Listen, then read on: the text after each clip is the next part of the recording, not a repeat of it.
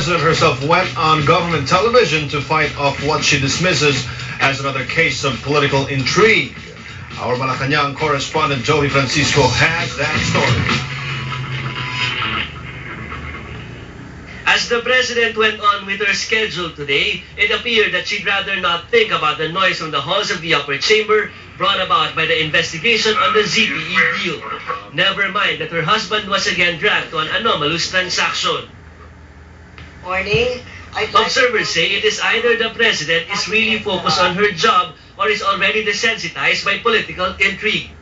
But evidently, the president is concerned about the issue. Back off! Minutes before Joey De Venecia dropped the bomb at the Senate, the president, just before a cabinet meeting, preempted him by going live nationwide on government television to address the raging issue. Sa demokrasya, natural lang ang magkatalong pananaw at posisyon. Ang mahalaga, may mga hukuman at proseso ng batas upang magdesisyon sa anumang di pagkakasundo sa payapang paraan ayon sa hustisya at ebidensya ng walang pamumulitika. She then instructed DOTC Secretary Leandro Mendoza to shed light on the ZTE broadband deal, not at the Senate but at the Supreme Court. Walang pamumulitika at batay sa ebidensya ang mga proseso ng hukuman. Doon, matitimbang ng wasto kung ayon sa batas at kapakanan ng bayan ang kasunduan.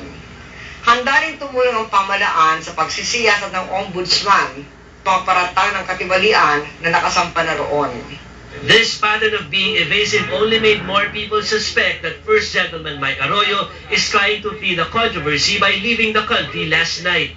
Mr. Arroyo's office once again explained that the trip is simply for vacation purposes and that it was planned months ago.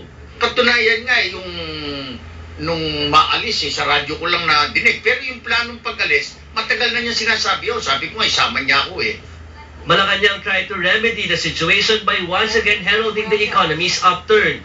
President Arroyo implied that an escalation of political intrigue may just drag our economy down. Mga kababayan, sumusulong na ang bansa sa landas ng progreso, katatagan, pag-iral ng batas at pagtingala ng sandaigdigan.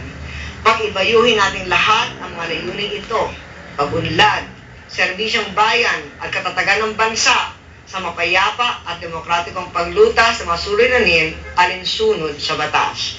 Maraming salamat, mabuhay ang demokrasya at pag-iral ng batas sa ating bansa. Joey Francisco, ABC News.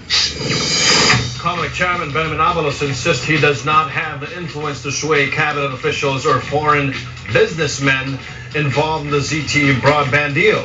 He also pointed out inconsistencies in Joey De Venecia's statements regarding the contract. DOTC Secretary Leandro Mendoza called De Venecia a sore loser, while President Arroyo's sons Mikey and Dato defended their father, saying De Venecia did not even have a paper trail to prove his accusations. I cannot understand how you could come up with this kind of story. Wow. It is, I don't know, it's a big lie. There was no such meeting. Why don't you ask, Secretary Mendoza? Kampante ako, hindi ako naniniwala dahil ba't naman tayo magkapaniwala? Mismong si Speaker na tatay niya hindi sinusuportan yung ginagawa niya. The whistleblower in the ZTE broadband contract may also have a lot of explaining to do for his involvement in the deal. Sherian Torres tells us why.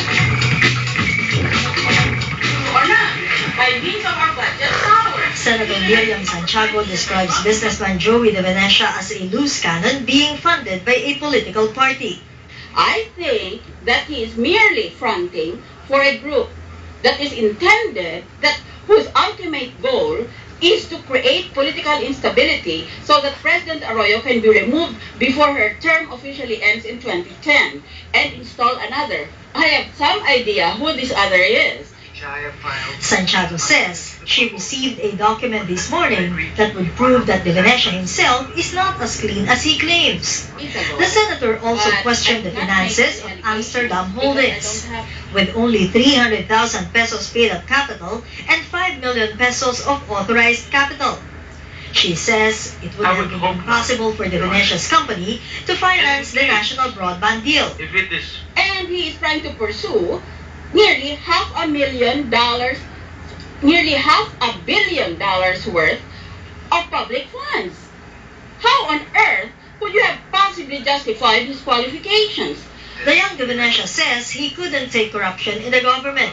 That is why he refused COMELEC Chairman Benjamin Abalos' $10 million bribe.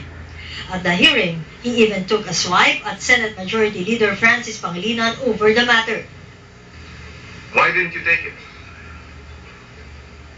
Is that a serious question, Your Honor? It's unusual for somebody to... Well, it's not unusual, but, it's 460 million pesos. I mean, under normal... Well, not normal, but temptation is just too great. I'd like to think. Why didn't you take it? Well, it was first being offered to me by a public official, Your Honor, and I am trying to get rid, in a small part, the corruption in this country. But questions persist over De Venecia's possible violation of the anti-graft law, which prohibits close relatives of the president, down to the Speaker of the House, from entering into any business transaction with the government. The Speaker is in no way, shape, or form involved in that whole process. The businessman admits his strained relationship with his father, House Speaker Jose De Venecia, was hurt even more because of the controversy. The real strain here is really the strain between a father and a son.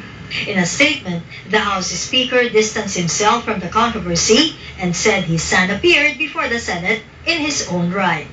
Sherian Torres, ABC News. Next on Centro, the Quezon City government shows proof of ownership of Estrada's Boracay mansion. And a new transaction involving the sequestered planning property. Was PCGG left in the dark?